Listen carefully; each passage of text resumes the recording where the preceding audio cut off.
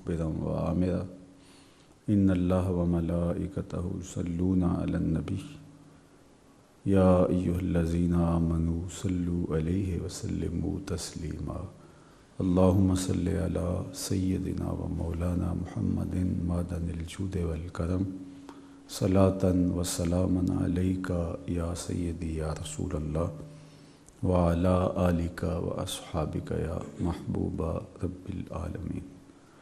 حمد و تعریف و توصیف اللہ جل مجدہ الکریم کی ذات بابرکات کے لیے جو خالق کائنات بھی ہے اور مالک شش-جہات بھی۔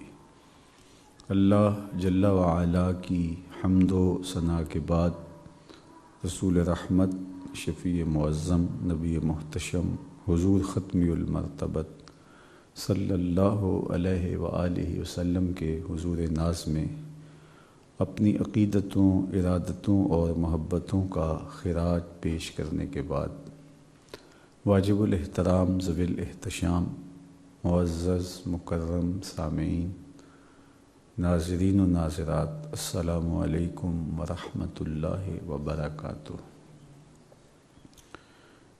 راہ خدا میں خرچ کرنے کو شریعت کی اصطلاح میں انفاق فی سبیل اللہ کہا جاتا ہے۔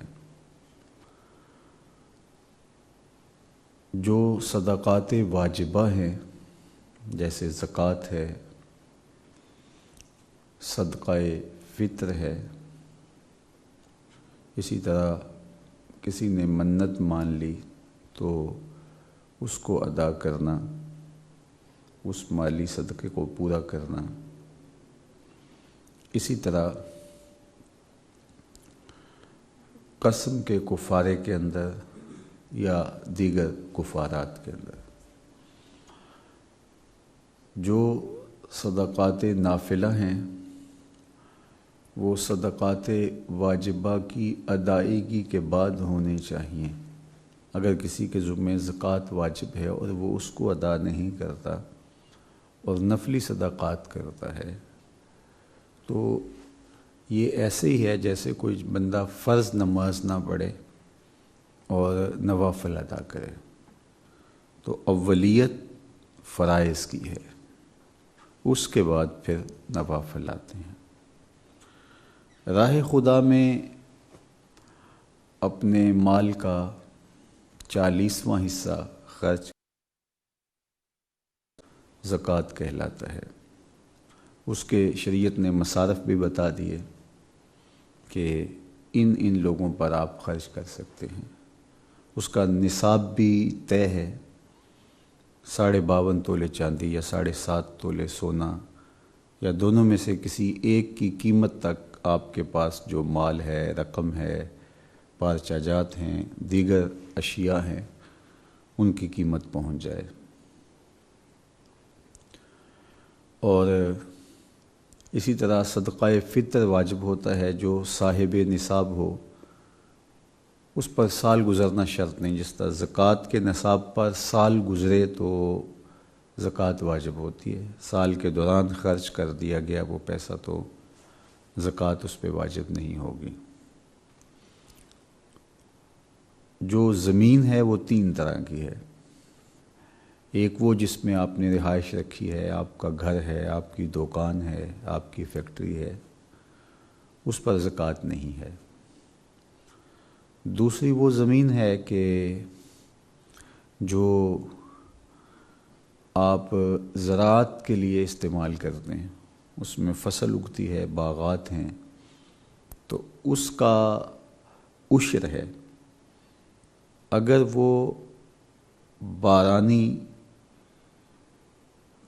آسمانی پانی سے، قدرتی پانی سے سیراب ہوتی ہے، قیمتاً پانی خریدنا نہیں پڑتا یا ٹیوب ویل وغیرہ سے آپ کو سیراب نہیں کرنا پڑتا کہ اس کا بل دینا ہوتا ہے، تو پھر اس کا 10واں حصہ پیداوار کا اس پر زکوٰۃ ہے۔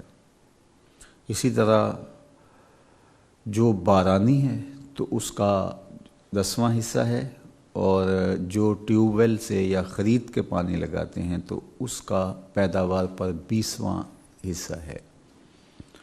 تیسری زمین وہ ہے کہ جو آپ نے خرید و فروخت کے لیے مال تجارت کے طور پہ آپ خریدتے ہیں بیچتے ہیں. آج کل لوگ پلاٹ خرید لیتے ہیں، قیمت بڑھ جاتی ہے تو بیچ دیتے ہیں، پھر کسی اور جگہ خرید لیتے ہیں. تو ان کی جو موجودہ قیمت ہوگی اس سب پر زکوٰۃ ہے. یہ مال تجارت ہے. تو تین طرح کی زمین ہو گئی. ایک وہ جو آپ کے استعمال میں ہے، رہائش ہے، گھر ہے، حویلی ہے، فیکٹری ہے، تو اس پر زکوٰۃ نہیں. دوسری وہ کہ جو زراعت کے پرپس کے لیے استعمال ہوتی ہے، تو اس کی پیداوار پر 10%، 10واں حصہ یا 20واں حصہ زکوٰۃ ہے. اور تیسری وہ زمین جو مال تجارت کے طور پہ آپ خریدتے بیچتے ہیں، تو اس کی جو موجودہ قیمت ہوگی اس کے اوپر زکوٰۃ دینا ہوگی. بعض اوقات لوگ کہتے ہیں یہ تو کروڑوں روپے میں ہوتی ہے. تو آپ کے پاس کروڑوں روپے کی جائیداد ہے تو اس کے اوپر اللہ نے زکوٰۃ رکھی ہے.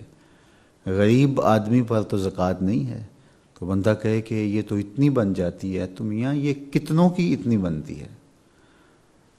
حضرت شیخ سعدی شیرازی فرماتے ہیں کہ اگر تیرے پاس دولت نہیں ہے تو پریشان نہ ہو، اس لیے کہ سلطان نخواہت خراج از خراب، کہ بادشاہ ٹیکس اسی سے لیتا ہے جس کے پاس دولت کثرت کے ساتھ ہوتی ہے، جس کے پاس مال و متاع ہوتا ہے. لیکن جس کے پاس کچھ بھی نہیں ہوتا، کنگال ہوتا ہے، تو اس سے تو زکوٰۃ وصول نہیں کی جاتی، اس سے تو ٹیکس نہیں لیا جاتا.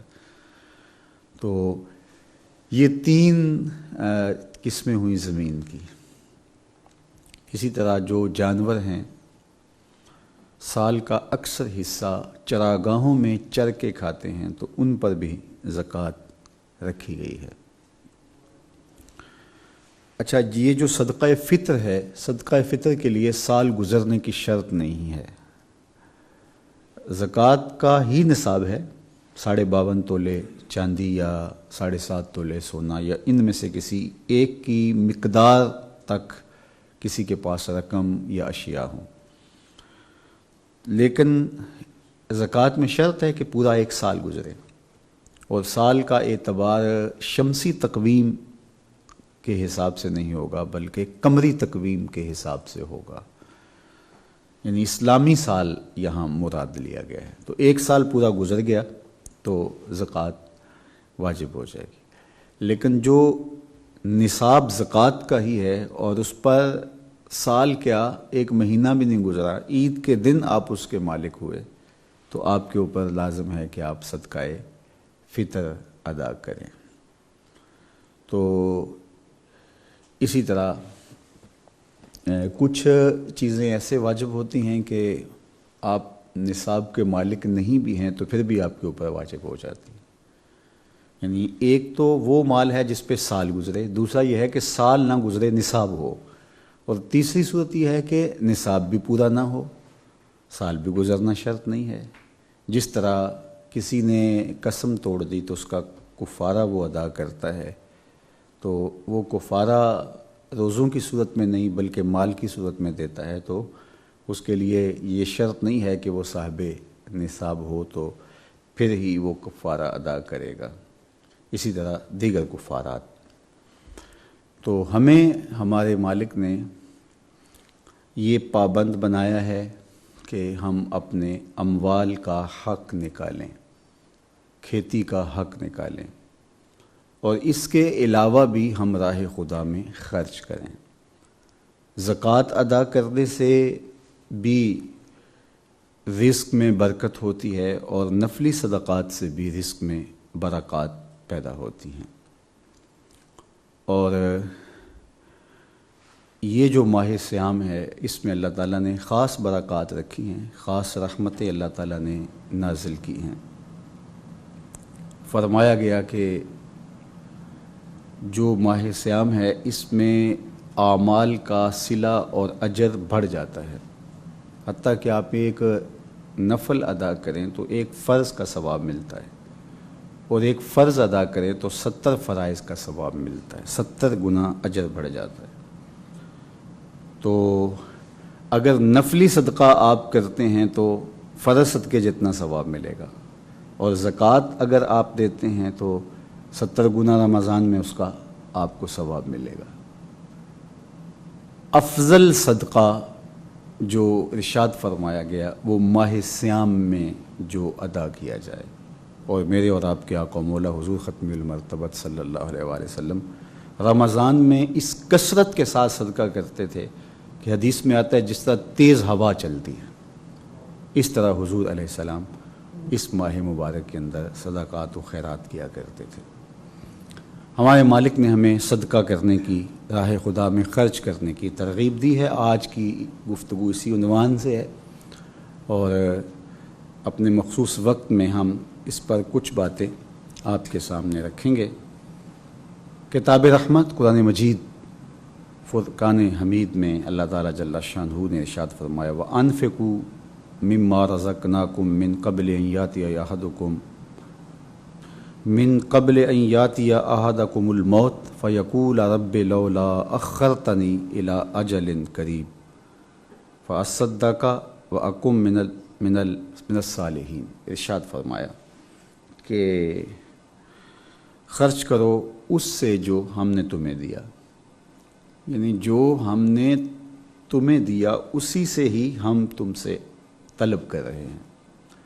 قرآن مجید میں ایک تو انفاق کا لفظ استعمال ہوا ہے، اور دوسرے مقام پہ انہی صدقات کے لیے قرض حسنہ کا لفظ استعمال ہوا ہے، یعنی اللہ جل شانہ بندوں کو جو عطا کرتا ہے اس سے خرچ کرنے کو انفاق کہا جاتا ہے۔ اور اسی چیز کو دوسرے مقام پہ قرآن مجید میں کئی مقامات پہ بلکہ قرض حسنہ قرار دیا گیا کہ کون ہے من ذا الذی یقرض اللہ قرضا حسنا، کون ہے جو اللہ کو قرض حسنہ دے، یعنی خود ہی عطا کرتا ہے اور خود ہی کہتا ہے کہ مجھے قرض دے دو، اور پھر خود ہی کہتا ہے میں اس کو کئی گنا کر کے تمہیں لٹا بھی دوں گا، تمہیں اجر بھی دیا جائے گا اور تمہیں لٹایا بھی جائے گا۔ تو یہ قرض حسنہ ہے۔ انفاق کا لفظ بھی اسی کے لیے استعمال کیا گیا اور قرض حسنہ بھی اسی کے لیے استعمال کیا گیا۔ تو ارشاد فرمایا کہ جو ہم نے تم کو دیا اس میں سے خرچ کرو، اس سے قبل کہ جب تمہیں موت آ پہنچے تو پھر تم کہو کہ اے ہمارے رب اگر تو نے ہمیں مہلت دی ہوتی تو ہم تیری راہ کے اندر صدقہ کرتے اور ہم نیک ہو جاتے۔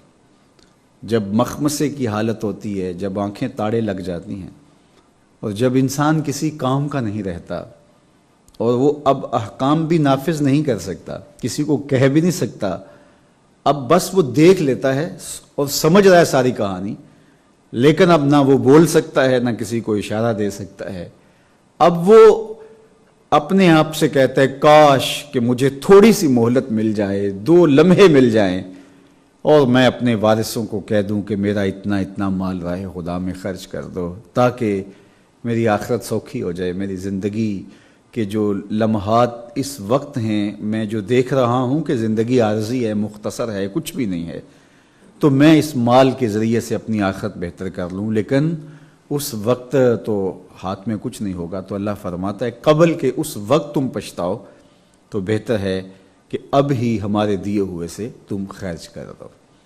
دوسرے مقام پہ اللہ تعالیٰ نے ان لوگوں کی تعریف کی، الذین ینفقون اموالہم باللیل والنہار سرا وعلانیہ۔ اللہ فرماتا ہے کہ یہ وہ لوگ ہیں کہ جو خرچ کرتے ہیں اپنے مال، رات کو بھی دن کو بھی، اور مخفی بھی کرتے ہیں اور ظاہر بھی کرتے ہیں۔ فَلَهُمْ أَجْرُهُمْ عِنْدَ رَبِّهِمْ، ان کا اجر ان کے رب کے ہاں ہے۔ وَلَا خَوْفٌ عَلَيْهِمْ وَلَا هُمْ يَحْزَنُونَ، نہ انہیں خوف ہے اور نہ وہ حزن و ملال میں مبتلا ہوں گے۔ یہی لفظ اللہ نے اپنے ولیوں کے لیے ارشاد فرمائے، أَلَا إِنَّ أَوْلِيَاءَ اللَّهِ لَا خَوْفٌ عَلَيْهِمْ وَلَا هُمْ يَحْزَنُونَ۔ اور کتاب رحمت قرآن مجید میں ان لوگوں کے لیے جو مخفی بھی خرچ کرتے ہیں اور اعلانیہ بھی خرچ کرتے ہیں، جہاں ضرورت اعلانیہ کی ہے وہاں اعلانیہ خرچ کرتے ہیں، اور جہاں ضرورت مخفی خرچ کرنے کی ہے وہاں مخفی خرچ کرتے ہیں۔ کچھ امور ایسے ہوتے ہیں کہ وہاں اعلانیہ ہی خرچ کرنا پڑتا ہے۔ حضور نے جہاد کے لیے فنڈ مانگا تو وہ اعلانیہ ہے، کوئی مسجد بنانا چاہتا ہے تو خرچہ راہ خدا میں، لیکن یہ اعلانیہ ہی ہوگا، یہ چھپا کے تو نہیں ہو سکتا۔ کوئی جو ہے وہ دارالشفا بنانا چاہتا ہے، دواخانہ ہاسپٹل بنانا چاہتا ہے، تو ظاہر ہے کہ یہ اعلانیہ ہی ہوگا۔ تو لیکن کچھ امور ہیں کہ جو مخفی کیے جائیں، پوشیدہ کیے جائیں، یہ گفتگو انشاءاللہ آگے چل کے آتی ہے۔ تو ارشاد فرمایا کہ ان کے لیے اجر ہے، وہ ان کے پر کوئی خوف نہیں ہے اور نہ وہ غمزدہ ہوں گے۔ حضرت انس بن مالک رضی اللہ تعالیٰ عنہ فرماتے ہیں کہ جب قرآن مجید کی یہ آیت کریمہ اتری، لن تنالوا البر حتی تنفقوا مما تحبون، تم اتنی دیر تک نیکی کی حقیقت کو نہیں پا سکتے، نیکی کے اس مقام کو نہیں حاصل کر سکتے، تم نیکی کو اتنی دیر تک نہیں پہنچ سکتے جب تک تم اس سے خرچ نہ کرو جو تم پسند کرتے ہو۔ یعنی دو چیزیں ہیں، ایک وہ ہے کہ جو تمہیں پسند نہیں ہے تم نے راہ خدا میں اس کو خرچ کر دیا، جتنے پرانے کپڑے تھے سال کے بعد نکالے اور وہ لوگوں میں بانٹ دیے، اللہ اس کا بھی اجر دے گا، میں نہیں کہتا اس کا اجر نہیں ملے گا، لیکن نیکی کی حقیقت اور نیکی کا وہ رنگ اور وہ جمال تمہیں حاصل تبھی ہوگا جب تم چیزوں میں سے وہ چیز خرچ کرو گے جو تم پسند کرتے ہو۔ پھل توڑا یہ ایکسپورٹ کوالٹی ہے، یہ ہم نے مقامی منڈی میں فروخت کرنی ہے، یہ گھر والوں کے لیے ہیں، یہ رشتہ داروں کے لیے ہیں، اور آخر کے اندر جو گلا سڑا رہ گیا تو وہ ایک طرف ڈھیر لگا دیا اور کہا یہ غریبوں کے لیے ہے۔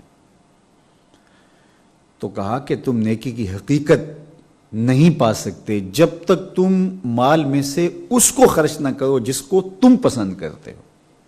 حضرت امام اعظم امام ابو حنیفہ کا زمانہ تھا، تو ایک شخص مرنے لگا تو اپنے دوست کو بلایا اور اس کے سپرد ایک تھیلے میں کچھ مال سونا دیا اور کہا کہ میرے بچے چھوٹے چھوٹے ہیں، اگر میں ان کے ہاتھ میں دوں تو وہ ضائع کر دیں گے یا حفاظت نہیں کر پائیں گے، تو جب بچے جوان ہوں تو پھر جو تیرا جی چاہے ان میں سے بچوں کو دے دینا۔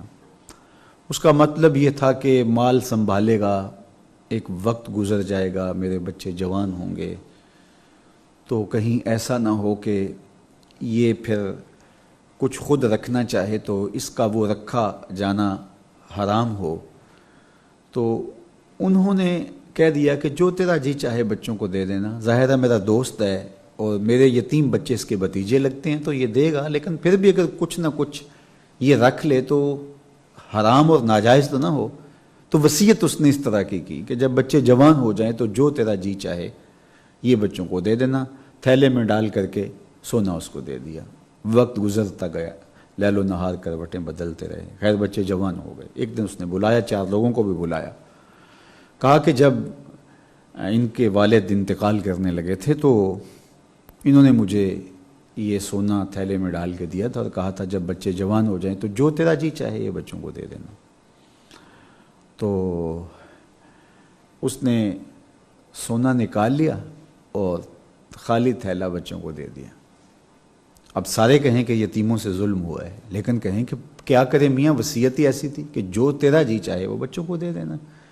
تو اس نے تھیلا دے دیا اور سونا خود رکھ لیا۔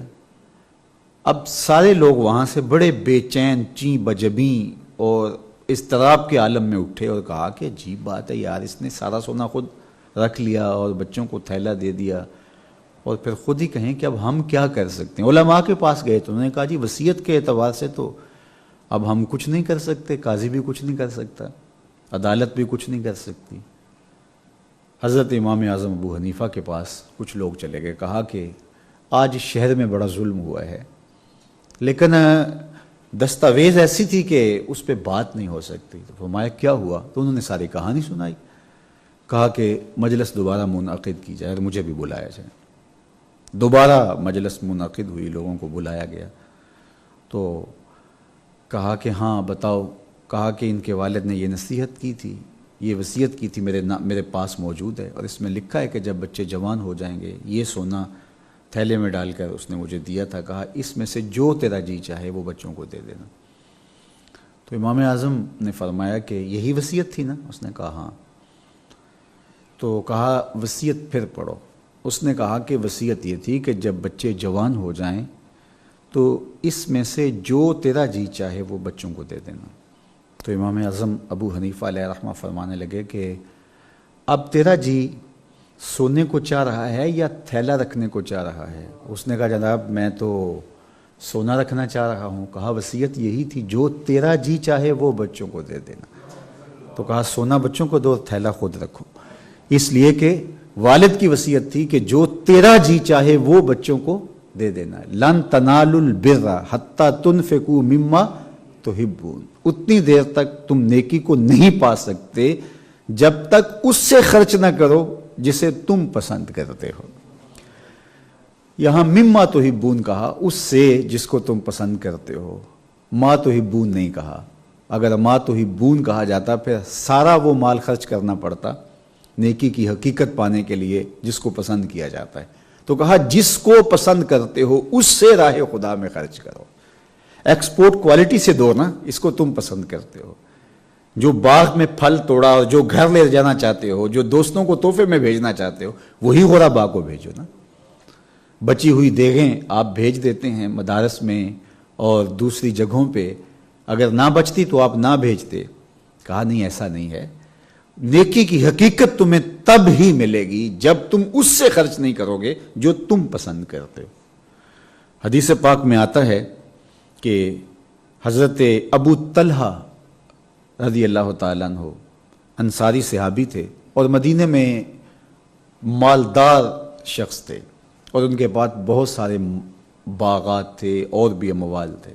حضرت انس بن مالک رضی اللہ تعالیٰ عنہ اس کو روایت کرتے ہیں، کہتے ہیں جب یہ آیت کریمہ اتری تو وہ حضور کے پاس آ گئے اور کہا حضور یہ جو اللہ تعالیٰ جل شانہ نے فرمایا ہے کہ تم نیکی کی حقیقت کو نہیں پا سکتے جب تک تم اس سے خرچ نہ کرو جس کو تم خود پسند کرتے ہو۔ تو بیر ہا یہ سب سے میرا پسندیدہ کنواں ہے اور یہ باغ اور سب سے زیادہ میرے لیے یہ محبوب ہے، تو پھر آپ گواہ بن جائیے میں اس باغ کو راہ خدا میں خرچ کرتا ہوں۔ تو آقا کریم علیہ الصلوۃ والسلام بہت خوش ہوئے اور حضور نے فرمایا کہ واہ واہ کیا بات ہے، اور پھر حضور علیہ السلام نے فرمایا کہ اب اس کو اپنے قریبی رشتہ داروں میں اور اپنے چچا کے بیٹوں کے اندر، انہوں نے کہا کہ حضور میں اس کو تقسیم کر دیتا ہوں اور میں اپنے قریبی رشتہ داروں میں اور چچا کے بیٹوں کے اندر تقسیم کر دیتا ہوں۔ تو انہوں نے وہ بیر ہا جو ان کو سب سے زیادہ محبوب ہے راہ خدا میں خرچ کر دیا۔ قرآن مجید کی جب یہ آیت نازل ہوئی من ذا الذی یقرض اللہ قرضا حسنا، کون ہے جو اللہ کو قرض حسنا دے؟ تو ایک صحابی تھے ابو دہدا رضی اللہ تعالیٰ عنہ، تو ان کا ایک باغ تھا جس میں 600 کھجوروں کے درخت تھے۔ اب کھجوروں کا باغ لگایا جائے تو کب کھجوریں بڑی ہوتی ہیں، کب ان کو پھل لگتا ہے، ایک زندگی بیت جاتی ہے نا۔ تو کھجوریں جوان تھی اور پھلوں سے لدی تھیں، اور ادھر یہ آیت نازل ہو گئی کہ من ذا الذی یقرض اللہ قرضا حسنا، کون ہے جو اللہ کو قرض حسنا دے؟ تو حضرت ابو دہدا حضور کی خدمت میں حاضر ہوئے اور عرض گزار ہوئے، حضور کیا اللہ نے واقعی ہم سے قرض مانگا ہے؟ رب نے رب ہو کے ہم سے قرض مانگا ہے؟ تو حضور نے فرمایا ہاں ابو دہدا اللہ نے ہم سے قرض مانگا ہے۔ تو انہوں نے حضور کا ہاتھ پکڑا، کہا پھر آپ گواہ بن جائیں، میں نے یہ باغ جس میں 600 کھجوروں کے درخت ہیں اس کو اللہ کو قرضے میں دے دیا۔ اچھا، حضرت ابو دہدا کی رہائش بھی اسی باغ میں تھی۔ وہاں آج بھی مدینہ المنورہ آپ جائیں تو باغات کے ارد گرد 4 دیواریاں ہیں اور وہاں لوگوں کی رہائشیں بھی اندر ہوتی ہیں۔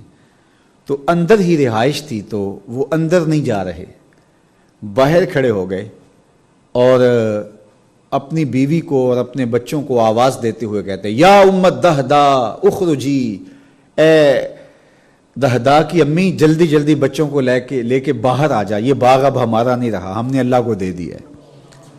اچھا، وہ خاتون آگے سے الجھتی نہیں ہے کہ تم نے کیا کیا، آگے کوئی انتظام نہیں ہے اور یہ باغ تھا اور یہ بھی تم نے راہ خدا میں دے دیا، میں بچوں کو لے کے اس وقت کیا تم کہہ رہے ہو؟ انہوں نے جلدی جلدی سامان سمیٹا، بچے لیے اور باہر آ گئے۔ باہر آ گئی تو ابو دہدا کھڑے تھے، کہا یہ باغ میں نے اللہ کو خرچ جو ہے وہ قرضے میں دے دیا تو ام دہدا ایک ایک لفظ پہ نثار ہو جائیں جو انہوں نے کہا رابحہ بیع کا یا ابا دہدا، دہدا کہ ابو تو نے بڑا ہی نفع والا سودا کر لیا، بڑا ہی منافع بخش سودا کیا ہے۔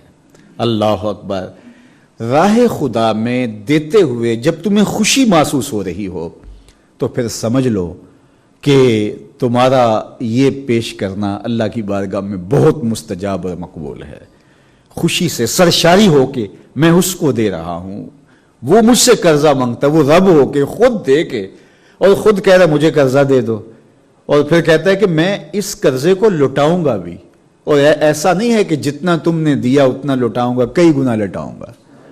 اللہ اکبر۔ دگنا اور اس کو دونا دون کر کے تمہیں لٹاؤں گا، اور تم دیکھو گے کتنی رحمتیں اوپر برستی ہیں۔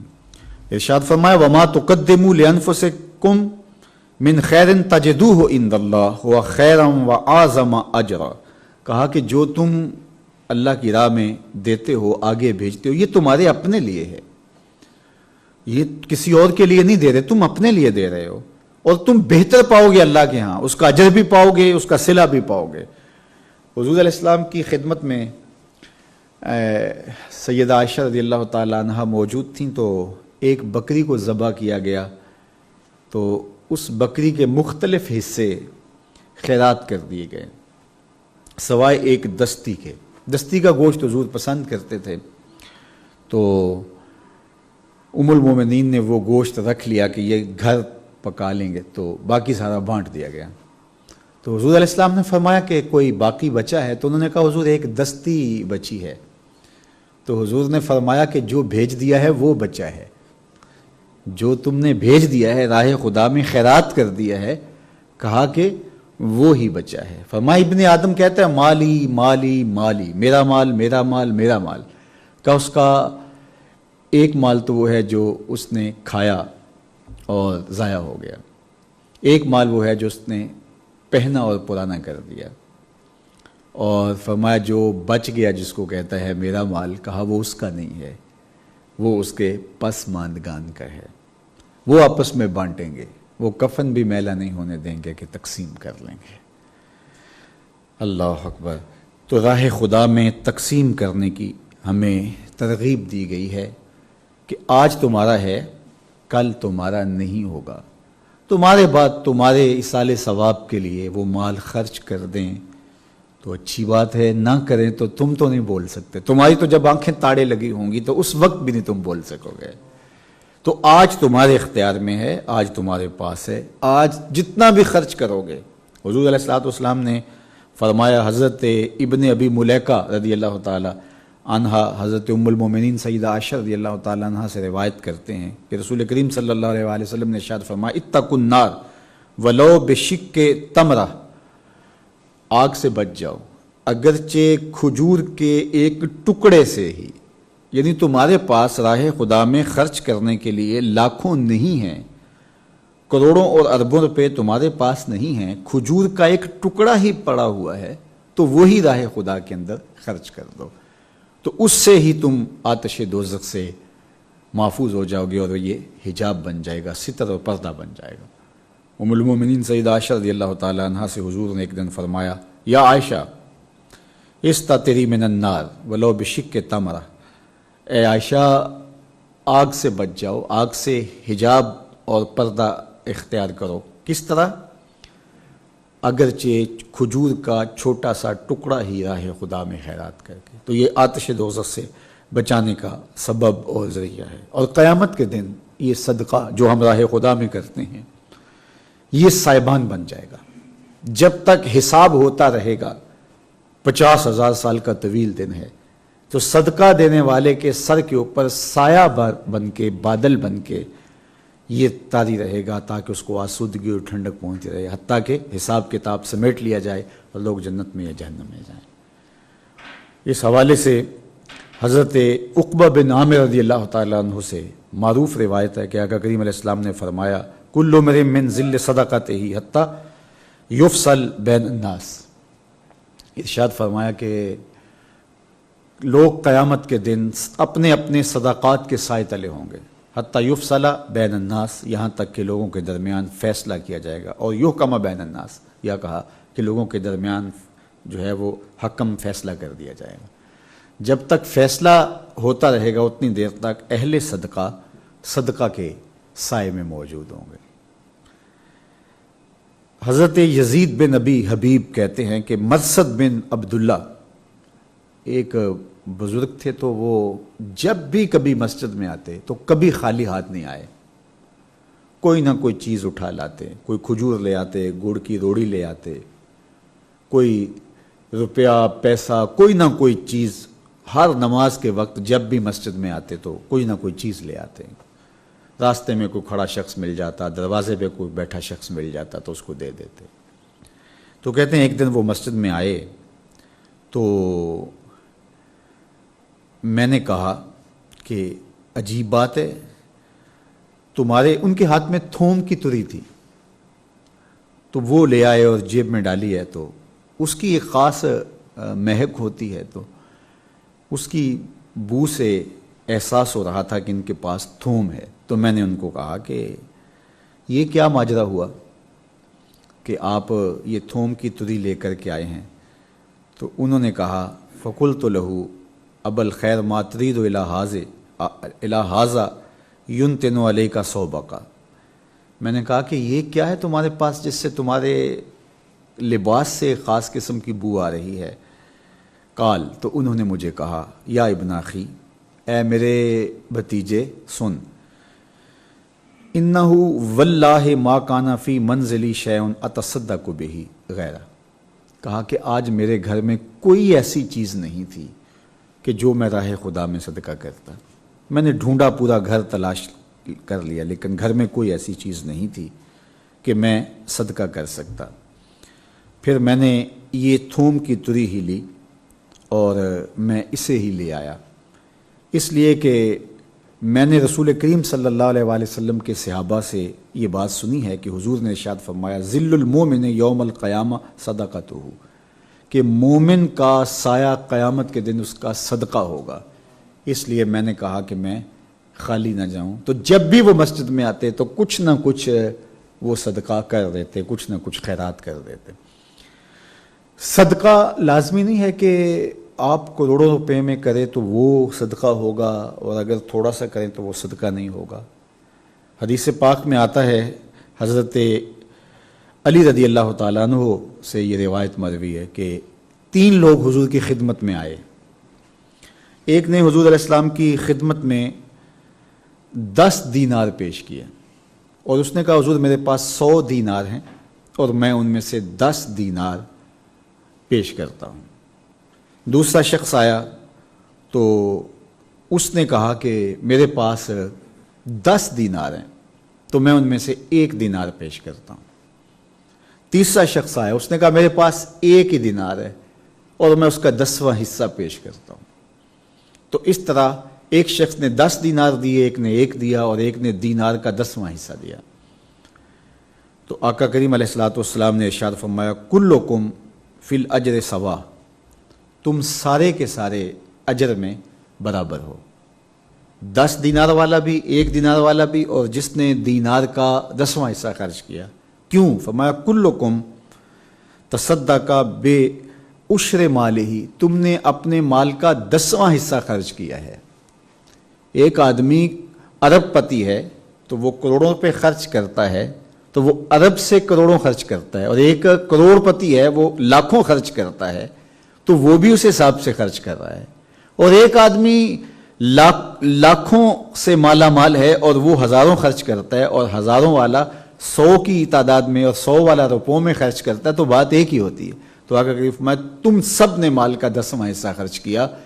تو بعض اوقات ایسا ہوتا ہے کہ اربوں کی جائیداد رکھنے والے اتنا خرچ نہیں کرتے، اگر اس کو اس حساب سے دیکھا جائے جتنا وہ لوگ خرچ کرتے ہیں جن کے پاس بہت تھوڑا ہوتا ہے، اور وہ اس میں سے راہ خدا کے اندر بانٹ دیتے ہیں، اور اللہ تعالیٰ اس کی برکت سے انہیں تمانیت والا رزق عطا کرتا ہے۔ اچھا، صدقہ افضل کون سا ہے؟ اس حوالے سے ایک روایت حضرت جابر بن عبداللہ رضی اللہ تعالیٰ عنہ سے مروی ہے کہ حضور علیہ الصلوۃ والسلام نے ارشاد فرمایا کہ افضل صدقہ وہ ہے جو غنا کی حالت کے اندر کیا جائے، اور تم اس وقت اس پوزیشن میں ہو کہ تمہیں اس بات کا ڈر ہو کہ میں مالی طور پہ کمزور بھی ہو سکتا ہوں، اور اپنے ہاتھ سے تم راہ خدا میں بانٹ دو، تو یہ افضل خرچہ ہے۔ اور یہ بھی ارشاد فرمایا، حضرت عبید بن خشخاش حضرت ابو ذر رضی اللہ تعالی عنہ سے روایت کرتے ہیں، تو وہ کہتے ہیں میں نے حضور علیہ الصلوۃ والسلام سے پوچھا کہ یا رسول اللہ صلی اللہ علیہ وآلہ وسلم کہ افضل صدقہ کون سا ہے؟ تو فرمایا کہ جو اضعاف مضاعفہ، جو دگنا دون ہوتا ہے۔ تو کہتے ہیں میں نے کہا یا رسول اللہ تو ان میں سے افضل پھر کون سا ہوا؟ تو آقا کریم علیہ الصلوۃ والسلام نے فرمایا کہ خود کنگال ہو جانے کا ڈر ہو، اور فقیر کو، یا پھر وہ صدقہ جو فقیر کو کیا جائے اور مخفی انداز میں کیا جائے، تو یہ صدقہ جو ہے وہ افضل ہے۔ حضرت ابو امامہ رضی اللہ تعالی عنہ فرماتے ہیں کہ رسول کریم صلی اللہ علیہ وسلم نے ارشاد فرمایا، مسجد کے اندر حضور علیہ الصلوۃ والسلام بیٹھے ہوئے تھے، تو حضور علیہ الصلوۃ والسلام سے یہ سوال جب کیا گیا تو حضور نے یہی بات ارشاد فرمائی جو ابھی ذکر ہوئی ہے۔ دوسری بات کہ ایک وہ صدقہ افضل ہے جو آپ اپنے ایسے رشتہ دار کو دیں جو آپ سے بغض رکھتا ہو، آپ سے دشمنی رکھتا ہو، ہر وقت آپ کو توڑنے کے لیے، آپ کو نیچا کرنے کے لیے لگا رہتا ہو۔ یہ روایت حضرت ابو ایوب انصاری رضی اللہ تعالیٰ عنہ سے ہے کہ حضور نے ارشاد فرمایا ان افضل الصدقۃ الصدقۃ علی ذی الرحم الکاش، جو شخص آپ کے ساتھ مخفی دشمنی رکھتا ہو، اوپر سے تو میٹھا بنتا ہو لیکن آپ کے لیے ہر وقت جو ہے وہ بدی ہی سوچتا ہو، آپ کو گرانے کے لیے ہی لگا رہتا ہو، تو ایسے اس کو کاشے کہتے ہیں۔ تو ایسے شخص کو اگر آپ مجبور پاؤ تو پھر اس کو جو تم صدقہ دیتے ہو تو یہ افضل ترین صدقہ ہے۔ کیوں؟ اس لیے کہ تمہارا نفس اس میں کبھی شامل نہیں ہوگا کہ یار یہ تو اب مشکل میں پھنس گیا ہے اور میرا دشمن ہے اور مجھے تکلیف پہنچانے میں لگتا ہے، تو اب تو اس کو مزید رگڑنا چاہیے اور یہ تو ذلیل ہو تو اچھا ہے، لیکن تم اللہ سے ڈر کے تمہارے طبع کے اندر جو فیاضی اور سخاوت رکھی ہوئی ہے اس سے مجبور ہو کے جب تم اس کو دیتے ہو تو تمہارا نفس پیچھے رہ جاتا ہے اور اللہ کی رضا مقدم ہو جاتی ہے، تو یہ صدقہ اللہ جل شانہ کو بہت زیادہ محبوب ہے۔ اچھا، یہ تو آپ نے بارہا سنا ہے کہ جو شوہر بیوی پر مال خرچ کرتا ہے یا بچوں پہ خرچ کیا جاتا ہے وہ بھی صدقہ ہے۔ ما وضع فی امرأ، جو فرمایا تم بیوی کے منہ میں لا کے لقمہ رکھتے ہو تو وہ بھی صدقہ ہے، لیکن اگر بیوی خرچ کرے شوہر پر تو وہ بھی صدقہ ہے۔ اس حوالے سے ایک روایت سن لیجئے، اور وہ روایت مروی ہے حضرت جابر بن وہ روایت مروی ہے حضرت ابو ہریرہ رضی اللہ تعالیٰ عنہ سے۔ حضرت ابو ہریرہ رضی اللہ تعالیٰ عنہ فرماتے ہیں کہ حضور علیہ الصلوۃ والسلام ایک دن صبح کے بعد جو ہیں وہ واپس پلٹنے لگے تو مسجد میں کچھ خواتین آ گئیں، تو آقا کریم علیہ السلام نے ان سے واض فرمایا، تلقین کی ان کو کہ تم ناقض العقل بھی ہو اور تم ناقض فی الدین بھی ہو، تمہارا دین بھی پورا نہیں ہے اور عقل میں بھی تمہیں مسئلہ ہے۔ اور ان کو حضور علیہ السلام نے ارشاد فرمایا کہ تم جو استطاعت ہے راہ خدا میں تو وہ اللہ کا قرب حاصل کرنے کے لیے تم صدقہ کرو۔ تو ان خواتین میں سے ایک خاتون تھی جن کا نام زینب تھا، اور یہ بیوی تھی حضرت عبداللہ ابن مسعود رضی اللہ تعالی عنہ کی۔ وہ گھر گئیں تو جوش و خروش تھا، تو انہوں نے گھر کے کچھ سامان کو جو ان کے ذاتی زیورات خواتین کے ذاتی ہوتے ہیں تو وہ انہوں نے لیے، تو صدقہ کرنے کے لیے جب انہوں نے ارادہ کیا تو حضرت عبداللہ ابن مسعود رضی اللہ تعالیٰ عنہ نے دیکھا، تو انہوں نے کہا کہ کیا ارادے ہیں؟ انہوں نے ساری کہانی سنائی اور کہا کہ میں اس کو صدقہ کرنا چاہتی ہوں تاکہ آخرت کے معاملے اچھے ہوں اور اللہ کی قربت مجھے حاصل ہو۔ ساری کہانی انہوں نے حضور سے جو واعظ سنا تھا، حضور نے جو ارشادات کیے تھے، ان کی روشنی میں جو ان کے دل میں رقت نرمی پیدا ہوئی، تو انہوں نے کہا کہ میں تو اس کو راہ خدا میں خرچ کرنے جا رہی ہوں۔ تو حضرت عبداللہ ابن مسعود رضی اللہ تعالی عنہ نے کہا کہ اچھا تم اس کو خرچ کرنے جا رہی ہو؟ کہا جی بالکل۔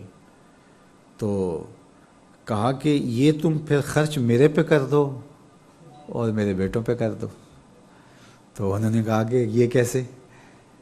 اب بیوی تو یہ سوچتی نہیں ہے کہ شوہر پہ خرچ کرنا جو ہے یہ بھی کوئی صدقہ ہوگا۔ عمومی طور پہ جب صدقہ کا تصور کیا جاتا ہے تو اس وقت کوئی غریب ہی ذہن میں آتا ہے، حالانکہ وہ صدقہ واجبہ تو یقیناً کسی مستحق کو کرنے سے ہی نصیب ہوگا، لیکن جو صدقہ غیر واجبہ ہے وہ تو کسی پر بھی کیا جا سکتا ہے۔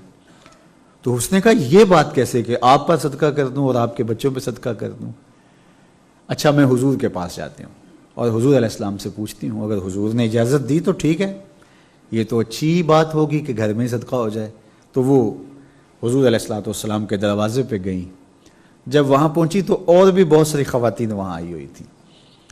تو حضرت بلال حبشی رضی اللہ تعالیٰ عنہ ملے تو انہوں نے کہا کہ حضور علیہ السلام کو اطلاع کرو کہ زینب آئی ہے۔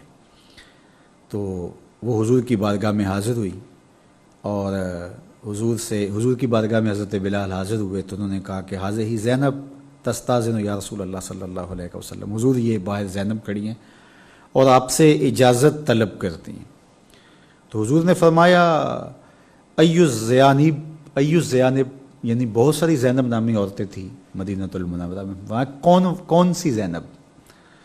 تو فقالو امرات عبداللہ بن مسعود، کہا کہ عبداللہ ابن مسعود کی بیوی۔ فقال اذنوا لہا، فرمایا ٹھیک ہے اس کو اجازت دو اور لے آؤ۔ تو وہ حاضر خدمت ہو گئی، کہتی فدخلت علی النبی صلی اللہ علیہ وسلم فقالت یا رسول اللہ صلی اللہ علیہ وسلم انی سمعت منک مقالۃ، میں نے آپ سے گفتگو سنی، آپ کا کلام ملاحظہ کیا۔ فرجعت الی ابن مسعود، اور ابن مسعود کے پاس میں واپس جب گھر گئی، فحدثتہ، اور میں نے ساری کہانی ان کو بیان کی، وَأَخَذْتُ حُلِيًّا أَتَقَرَّبُ بِهِ إِلَى اللَّهِ وَإِلَيْكَ، اور میں نے کچھ زیور لیا اور میری آرزو یہ تھی کہ میں اس زیور کو خیرات کر کے اللہ کی بھی قربت پالوں، اس کے رسول کی بھی قربت پالوں، حضور کی بھی رضا نصیب ہو جائے، اللہ کی رضا بھی نصیب ہو جائے۔ تو جب میں نے یہ کیا تو میرے شوہر عبداللہ ابن مسعود نے کہا تصدقی بہی علیہ وعلی ولدی، میرے پہ خرچ کر دے، میرے بچوں پہ خرچ کر دے، فَإِنَّا لَهُ مَوْدِعٌ، ہم مستحق ہیں۔ میرے شوہر نے کہا ساڑھے تے خرچہ کر دے۔ تو کہتی ہیں کہ کیا ایسا ہو سکتا ہے؟ تو حضور علیہ السلام نے فرمایا کہ ہاں تم ایسا کر سکتی ہو، تم اپنے شوہر پہ اس کو خیرات کر سکتی، اس کو صدقہ کر سکتی ہو۔ تو شوہر پہ جو بیوی صدقہ کرے تو وہ بھی اللہ کی بارگاہ میں تقرب کا سبب ہے۔ بیوی شوہر پہ صدقہ کرے اور اس طرح شوہر بیوی پہ کرے، باپ بچوں پہ کرے، اپنی اولاد کو، اور پھر ایک وقت آتا ہے کہ اولاد باپ پہ کرے، ماں پہ کرے، جب وہ ماں باپ بوڑھے ہو جائیں تو پھر وہ ان کی خدمت کرے، تو وہ بھی صدقہ ہے۔ اپنے دوستوں کے ساتھ جو آپ ان کو کھانا کھلاتے ہیں، ان کی دعوت کرتے ہیں، ان کو چائے پلا دیتے ہیں یا ان کی مدد اعانت کر دیتے ہیں، یہ بھی صدقہ ہے۔ تو یہ ساری صورتیں صدقے کی ہیں اور اللہ کی رضا کا سبب اور ذریعہ ہے۔ اپنے احباب پر اور اپنے اہل خانہ پر، اپنے دوستوں پر، اور یہ لازمی نہیں ہے کہ بہت سارا مال آپ کے پاس ہو تو پھر ہی یہ صدقہ ہے۔ حضور نے ارشاد فرمایا کہ جو آدمی اپنی بیوی کو کچھ پیش کرے وہ صدقہ ہے۔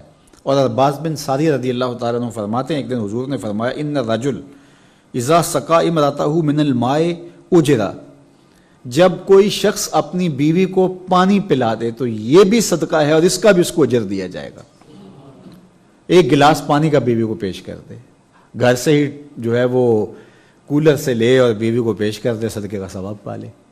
حضرت ارباز بن ساریہ کہتے ہیں جب میں نے یہ حدیث سنی تو میں تو بڑا خوش ہوا اور میں سیدھا گھر چلا گیا. اور گھر میں جب پہنچا تو فرماتے ہیں کہ میں نے پانی بھرا اور اپنی بیوی کو پیش کیا تو بیوی نے مجھ سے پانی لیا تو وہ بڑی حیران ہوئی کہ آج خیر تو ہے کہ باہر سے آئے ہیں اور پانی مانگنے کی بجائے جلدی جلدی سے پانی کا گلاس لیا اور مجھے پیش کر دیا. تو حضرت ارباز بن ساریہ کہتے ہیں جب میں نے بیوی کو پانی پیش کیا تو وہ مجھے دیکھنے لگی, کہنے لگی کہ کیا ماجرا ہے. تو میں نے کہا سنو پھر تمہیں حضور کی حدیث سناتا ہوں. اور وہ حضور کا فرمان یہ کہ جو اپنی بیوی کو پانی کا گلاس بھی پیش کرے اللہ اس کو بھی صدقے میں لکھتا ہے اور اس کا بھی اجر عطا کرتا ہے. تو اس لیے میں تجھے حضور علیہ الصلاۃ والسلام سے سنی ہوئی جو حدیث تھی اس پر فوری عمل کر رہا ہوں اور تمہیں پانی کا گلاس پلا رہا ہوں. اب یہ بتاؤ کوئی مہنگا سودا ہے؟ کتنا سستا سودا ہے. جنت کے راستے کتنے آسان ہے. بیوی کے ساتھ خوشی سے بات کرنا, تمہارے چہرے پہ تبسم ہو, وہ بھی صدقہ ہے. اللہ اکبر. اور اپنے بچوں پر خرچ کرنا, اس سے آپ کے قلب کو تقویت ملتی ہے. بچہ کوئی فرمائش کرے اور آپ کی استطاعت ہو اور اس فرمائش کو پورا کرنا اس بچے کے لیے کوئی نقصان کا سبب نہ ہو. بعض اوقات ہوتا ہے کہ ماں باپ اختیار رکھتے ہیں, مالی وسعت بھی رکھتے ہیں, لیکن وہ اولاد پر خرچ کرنے میں ایک خاص حد رکھتے ہیں کہ اس سے ان کے مزاج کے اندر جو ہے کوئی ایسی چیز پیدا نہ ہو جائے. تو ماں باپ اگر اپنی اولاد کی وہ خواہش پوری کر دیں, سادہ لفظوں میں کہہ لیں جائز خواہش پوری کر دیں, تو پھر ماں باپ کتنا خوش ہو رہے ہوتے ہیں کہ یہ ہمارے بچے نے, ہمارے بیٹے نے, ہماری بیٹی نے ہمیں کہا اور ہم نے اس کی تکمیل کر دی. اور ان کے اندر کی خوشی, سرشاری اور ان کا وہ جو ایک عالم سرور ہوتا ہے وہ ایک الگ کائنات ہوتی ہے. تو وہ اپنی خوشی کے لیے ایسا کر رہے ہیں, لیکن میرا اللہ اس کو بھی صدقے کے زمرے میں لکھتا ہے اور اس کا بھی ان کو اجر عطا کرتا ہے. اس طرح بیوی کی فرمائش آج کل سارے پوری کر رہے ہیں. تو بیوی کی فرمائشیں, یہ تو لاک ڈاؤن کا زمانہ آ گیا تو بہت سارے لوگ بچ گئے بیوی کی فرمائشوں سے, ورنہ عید کا موقع ہو اور بیوی کی فرمائشیں تو یہ کون پوری نہیں کرے گا. لیکن جائز فرمائشیں پوری کرے گا تو یہ بھی صدقہ لکھا جائے گا اور یہ بھی اس کی جزا اور صلہ دیا جائے گا. تو یہ اللہ تعالیٰ کی طرف سے اس کی رحمتوں کے رنگ ہیں اور اس کی کرم نوازیوں کے روپ ہیں. اللہ آزماتا ہے بندوں کو, مال دے کر بھی آزماتا ہے اور اللہ تعالیٰ غربت سے بھی بندوں کو آزماتا ہے. حضرت عبد الرحمن بن عوف رضی اللہ تعالیٰ عنہ فرماتے ہیں ہمیں مال دے کر بھی آزمایا گیا اور غربت سے بھی آزمایا گیا. فرماتے ہیں غربت سے تو ہم پورے نکلے. غربت والی آزمائش جو تھی, تنگی والی, تنگ دستی والی جو آزمائش تھی, اس میں تو ہم پورے نکلے. اور جو دولت مندی والی آزمائش تھی اس میں ہم پورے نہ نکل سکے, وہ مشکل آزمائش تھی. تو اللہ تعالیٰ مال دے تو اس کی آزمائش میں بھی ہمیں پورا نکلنے کی توفیق عطا کرتے, چونکہ اس کی طرف سے ہوتا ہے. بنی اسرائیل کے 3 لوگوں کی کہانی میرے اور آپ کے آقا و مولا نے ہمارے لیے بیان فرمائی ہے, بخاری مسلم دونوں میں موجود ہے کہ بنی اسرائیل میں 3 لوگ تھے. ایک کوڑی تھا اور ایک گنجا تھا اور تیسرا نابینا تھا. اور تینوں کو اللہ تعالیٰ نے آزمانا چاہا تو ایک انسانی شکل کے اندر فرشتہ بھیجا اور وہ ان کے پاس پہنچتا ہے. سب سے پہلے وہ کوڑی کو ملتا ہے اور اس کو کہتا ہے کہ جناب کیسی گزر رہی ہے. تو اس نے کہا یہ کوئی زندگی ہے, کوئی پاس کھڑا ہونے کو تیار نہیں ہے. کوڑی سے لوگ دور بھاگتے ہیں, جس طرح آج کل کسی کے فوتگی بھی ہو جائے تو وہ طبی موت سے بھی وہ شخص فوت ہو تو گھر والوں کو صفائیاں دینی پڑتی ہیں کہ اس کو کرونا نہیں تھا. تو کوڑی کا مرض بھی ایسا ہی ہے. تو کہا کہ میری کوئی زندگی ہے کہ لوگ مجھ سے سلام لینا بھی گوارا نہیں کرتے, دور بھاگتے ہیں. تو اس نے کہا کہ کیا پھر چاہیے تمہیں؟ اس نے کہا کہ اچھی جلد مل جائے, اور صحت مل جائے، اور مجھے کیا چاہیے؟ تو اس فرشتے میں جو اس کی آزمائش کے لیے انسانی شکل میں متشکل ہو کے آیا تھا، ایک حکیم کا روپ دھار لیا یا کوئی اور اس نے معالج کا روپ دھار لیا، اس نے اس کے بدن کے اوپر ہاتھ پھیرا، ساری بیماری دور ہو گئی۔ کہا اب کسی چیز سے پیار بھی کرتا ہے؟ اس نے کہا ہاں میں اونٹ سے پیار کرتا ہوں۔ راوی کہتا ہے کہ اونٹ یا گائے کا اس نے ذکر کیا، تو اس نے ایک 10 ماہ کی گابن اونٹنی اس کو دے دی، کہا یہ لے اور اللہ اس میں تجھے برکت عطا کرے۔ دعا دی اور چل دیا۔ آگے وہ شخص جو گنجا تھا اور اس کے سر سے پیپ بہتی تھی، اس کے پاس جا کھڑا ہوا، کہا جناب کیا حال ہے؟ اس نے کہا کوئی حال نہیں ہے، یہ حال ہے میرا کہ سر سے لمحہ لمحہ پیپ بہتی ہے اور لوگ میرے پاس کھڑے نہیں ہوتے، میرے بدن سے جو خاص قسم کی بدبو آتی ہے، کون مجھے اپنے پاس بٹھائے گا؟ نہ کوئی میری دعوت کرے اور نہ مجھے کوئی قبول کرے، زندگی ایک جبر مسلسل کے علاوہ کچھ بھی نہیں۔ تو اس نے کہا کیا چاہتا ہے؟ اس نے کہا میں کیوں نہیں چاہوں گا کہ میری یہ بیماری دور ہو جائے اور سر پہ بال اگ آئیں۔ تو اس نے ہاتھ پھیرا، بیماری جاتی رہی۔ کہا کہ کچھ تمہیں مال سے بھی محبت ہے؟ کہا ہاں میں گائے کو پسند کرتا ہوں۔ گائے کا یا اونٹ کا ذکر کیا، ان دونوں میں سے راوی کو شک ہو گیا کہ ان میں سے گائے والا کون تھا اور اونٹ والا کون تھا۔ تو اس نے گابن اونٹنی اس کو دے دی اور دعا دی کہ اللہ تیرے لیے اس میں برکت ڈالے۔ پھر اس کے بعد آگے چل پڑا تو نابینا کھڑا تھا، تو اس کو کہا کہ سنا کیا حال ہے؟ اس نے کہا کہ حال آپ کے سامنے ہی ہے، نظاروں سے بھری کائنات ہے لیکن دیکھ نہیں پاتا، رنگوں سے سجی ہوئی دنیا میرے سامنے سوائے اندھیرے کے اور کچھ بھی نہیں ہے۔ تو اس نے کہا پھر تو کیا چاہتا ہے؟ اس نے کہا اندھے کو کیا چاہیے؟ 2 آنکھیں۔ اس نے ہاتھ پھیرا تو آنکھوں میں روشنی اتر آئی۔ اس نے کہا اب کچھ مال سے بھی رغبت ہے؟ کہا بکریوں کو پسند کرتا ہوں۔ اس نے ایک گابن بکری دی، کہا کہ اللہ تیرے لیے اس میں برکت ڈال دے۔ حدیث پاک میں آتا ہے کہ اللہ نے اتنی برکت ڈالی ان تینوں کے اموال میں کہ وادیاں ان کے اموال سے بھر گئیں۔ 2 پہاڑوں کے درمیان جو جگہ ہوتی ہے، جو کھلا جنگل ہوتا ہے، اس کو وادی کہتے ہیں۔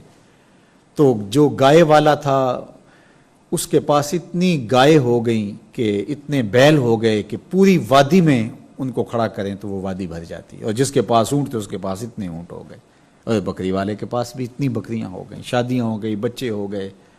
اللہ نے فرشتے کو کہا اب پھر جا۔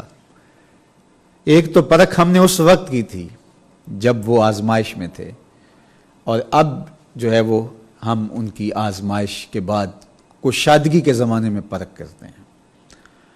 اب فرشتہ آیا اور اس کو کہا کہ میں ایک مسافر ہوں اور میں نے لمبے سفر پہ جانا ہے، میرے پاس سواری نہیں ہے۔ اونٹ والے سے کہا، اس کوڑی سے، کہ مجھے ایک اونٹ دے دے تو میں اس پہ بیٹھ کر کے اپنی منزل تک پہنچ جاؤں گا۔ تو اس نے کہا کہ میرے اتنے قرضے ہیں، تمہیں اونٹ نظر آتے ہیں، میرے مسائل تجھے نہیں پتہ؟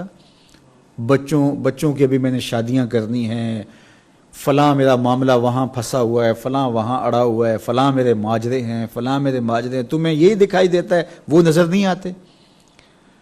اس نے کہا اللہ نے تجھے شفا دی، تو کوڑی تھا، تیرے پاس کوئی بیٹھتا نہیں تھا۔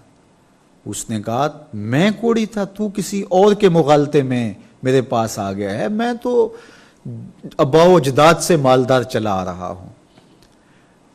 اس نے ہاتھ اٹھا لیا، کہا اے اللہ اگر یہ جھوٹا ہے تو اس کو ایسے ہی کر دے جس طرح یہ پہلے تھا۔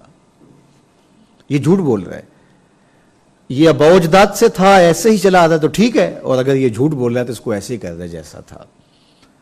پھر وہ آ گیا گائے والے کے پاس، اور اس کو بھی کہا کہ میں نے سفر پہ جانا ہے اور لمبا سفر ہے، مسافر ہوں، مسکین شخص ہوں، رجل مسکین آدمی ہوں، تو ایک گائے اگر دے دے تو چلو میرے لیے کافی ہوگی۔ اس نے بھی وہی بات کہی جو اس نے کہی کہ اتنا قرضہ، اتنی ذمہ داری ہیں، منہ اٹھا کے تم آگے ہو، تم یہ دیکھ رہے ہو، تم وہ نہیں دیکھ رہے جو ہمارے مسائل ہوتے ہیں۔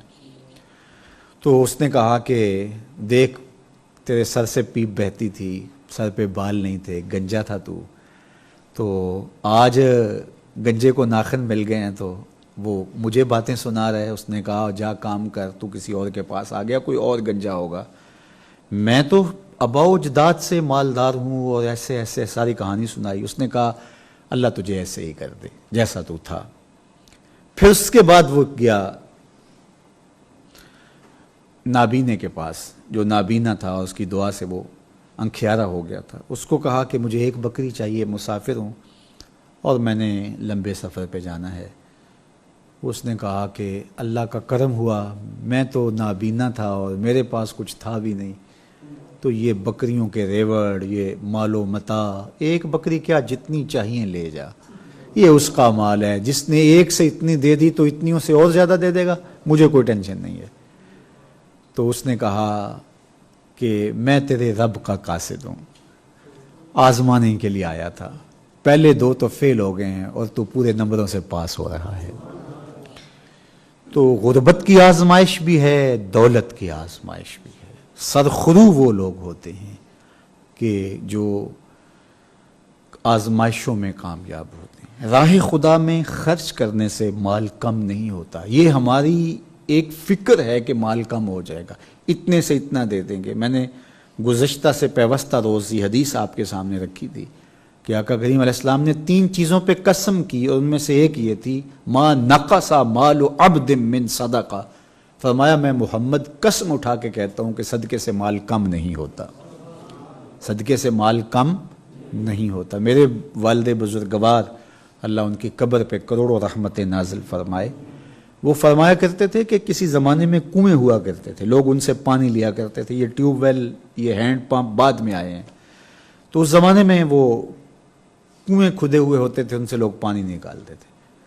تو اتنا پانی روز نکلتا تھا، کھیت سیراب ہوتے تھے، لوگ گھروں میں پانی لے جاتے تھے، لیکن پانی کبھی ختم نہیں ہوا تھا. اور آج وہ کنویں کہیں ویران کنویں کہیں کہیں پائے بھی جاتے ہیں، لیکن آپ جا کے دیکھیں تو ان کا پانی بہت نیچے ہے، گدلا ہے، میلا ہے اور محدود سا پانی ہے. تو جب یہ کنویں بانٹتے تھے تو ان کا پانی تازہ بھی ہوتا تھا، وافر بھی ہوتا تھا، ٹھنڈا بھی ہوتا تھا، میٹھا بھی ہوتا تھا اور شفاف بھی ہوتا تھا. اور جب انہوں نے باہر دینا چھوڑ دیا تو نیچے سے سوتے پھوٹتے تھے، اللہ نے وہ بھی بند کر دیے. تم راہ خدا میں بانٹتے رہو گے، اللہ عطا کرتا رہے گا. اور جب تم دینا چھوڑ جاؤ گے تو یہ اس گنجے کی کہانی اور اس کوڑی کی کہانی آپ کے سامنے ہے. تو نابینے کی کہانی دل آویز ہے. راہ خدا کے اندر خرچ کرنے والوں کا مال کم نہیں ہوتا. ما نقص مال عبد من صدقہ. فرمایا میں قسم دے کے کہتا ہوں کہ صدقے سے مال کم نہیں ہوتا. راہ خدا میں خرچ کرنے والے، ورنہ کتنے لوگوں کو آپ جانتے ہیں کہ ایک زمانے میں ان کا نام تھا، طوطی بولتا تھا، لیکن پھر ان کا نام بھی باقی نہیں رہا. اور کتنے لوگ جو غربت کی چکی میں پستے نظر آتے تھے، لیکن ان کا مزاج راہ خدا میں دینے کا تھا، اور آج اللہ نے ان کو سرخرو کیا ہے. تو یہ بانٹنے سے بڑھتا ہے، بانٹنے سے کم نہیں ہوتا. تو راہ خدا میں خرچ کرنے کی اللہ ہم سب کو توفیق عطا فرمائے، اپنی پناہوں کا حصار دے، آبرو بری زندگی عطا کرے. اچھا، یہ عنوان الگ ہے کہ کس کو خرچ کریں، کس مد میں خرچ کریں تو اس کا اجر کئی گنا بڑھ جاتا ہے. تو وقت اتنا ہمارے پاس اب نہیں، آج معمول کے وقت سے بھی 5-7 منٹ ہم آگے نکل گئے. تو لیکن حضرت شیخ احمد مجدد الفسانی علیہ رحمہ اس دور کے حوالے سے ایک بات کی ہے. وہ فرماتے ہیں کہ جب زوال امت کا زمانہ ہو تو اس زمانے میں راہ خدا میں ایک دانگ خرچ کرنا، ایک پیسہ کہہ لیجئے، ایک پائی خرچ کرنا، ایک دانگ خرچ کرنا راہ خدا میں دیگر مدات کے اندر لاکھوں روپے خرچ کرنے سے افضل ہے. چونکہ طلبائے دین پہ آپ خرچ کریں گے تو اس سے تو آپ کا وہ صدقہ بھی آپ کا مقسوم ہوگا، اس کا ثواب، اور دوسرا اس سے تقویت دین بھی حاصل ہوگی. مدارس دینیہ کے اندر طلباء پڑھیں گے، دین سیکھیں گے، اور آگے بڑھ کر کے وہ دین کی ساکھ کو بچائیں گے، دین کی حفاظت کریں گے، دین کی نشر و توزیع کا سبب بنیں گے اور دین کے لیے اپنے آپ کو پیش کریں گے. تو اس لیے مدارس دینیہ کے اندر خرچ کرنے سے بہت زیادہ ثواب اور اجر رکھا گیا ہے۔ اسی طرح جو آپ کا قریبی رشتہ دار ہے اگر وہ کنگال ہے تو اس کو خرچ کریں گے تو اس پر 2 اجر رکھے گئے ہیں، ایک صدقے کا اجر دیا گیا ہے اور ایک اس پر صلہ رحمی کا اجر دیا گیا ہے، تو ایک دفعہ خرچ کرنے سے آپ کو 2 اجر نصیب ہوں گے۔ اسی طرح صدقہ جاریہ کا ذکر کیا گیا حدیث پاک میں، اور فرمایا گیا کہ جب کوئی شخص فوت ہو جاتا ہے انقطع عنہ عملہ، تو اس کے عمل منقطع ہو جاتے ہیں، اس کے سارے جو کھاتے ہیں وہ بند ہو جاتے ہیں، الا من ثلاث، لیکن 3 چیزیں جو ہیں وہ باقی رہتی ہیں۔ اس میں سے ایک چیز ارشاد فرمائی کہ وہ علم ینتفع بہ، جس سے لوگ نفع پائیں، تو نفع حاصل جس سے کیا جائے وہ علم صدقہ جاریہ کے طور پہ باقی رہتا ہے، لوگوں کو پڑھا گیا، لوگوں کو شعور دے گیا، تو اس کی برکتیں اس کو قبر میں ملتی رہیں گی۔ اور دوسری بات ارشاد فرمائی کہ صدقہ جاریہ مثال کے طور پہ مسجد بنا گیا تو جب تک موجود رہے گی لوگ سجدے کرتے رہیں گے، ہاسپٹل بنا دیا جب تک وہاں مریضوں کا علاج ہوتا رہے گا اس کو ثواب ملتا رہے گا، مدارس دینیاں کھڑے کر گیا، اور انسانی ضروریات کے لیے ایسا کنواں کھدوا دیا، اور جہاں پانی کی ضرورت تھی، صاف پانی کی ضرورت تھی، آج کل وہ RO پلانٹ لگتے ہیں وہ لگوا دیا، تو یہ صدقہ جاریہ کی صورت، جب تک وہ چیز موجود رہے گی اتنی دیر تک اس کو اس کا ثواب ملتا رہے گا۔ اور تیسری بات حضور نے فرمائی صدقہ جاریہ کے طور پہ، وَوَلَدٌ صَالِحٌ يَدْعُو لَهُ، نیک اولاد جو والدین کے لیے دعا کرے، تو صالح اولاد وہی ہوتی ہے جو والدین کے لیے دعا کرے۔ اور میں کہتا ہوں اگر نماز 5 گانا کی عادی اولاد ہو تو اہتمام سے دعا نہ بھی کرے تو دن میں کتنی مرتبہ کہے گی ربنا اغفر لی ولوالدی، اللہ مجھے بھی بخش دے، میرے ماں باپ کی بھی مغفرت فرما دے۔ تو اللہ ہم سب کو صالح اعمال بجا لانے کی توفیق دے، صدقہ جاریہ کریں، صدقہ نافلہ کریں۔ ہمیں اگر اموال دیے گئے جو نصاب تک پہنچتے ہیں تو مستحق لوگوں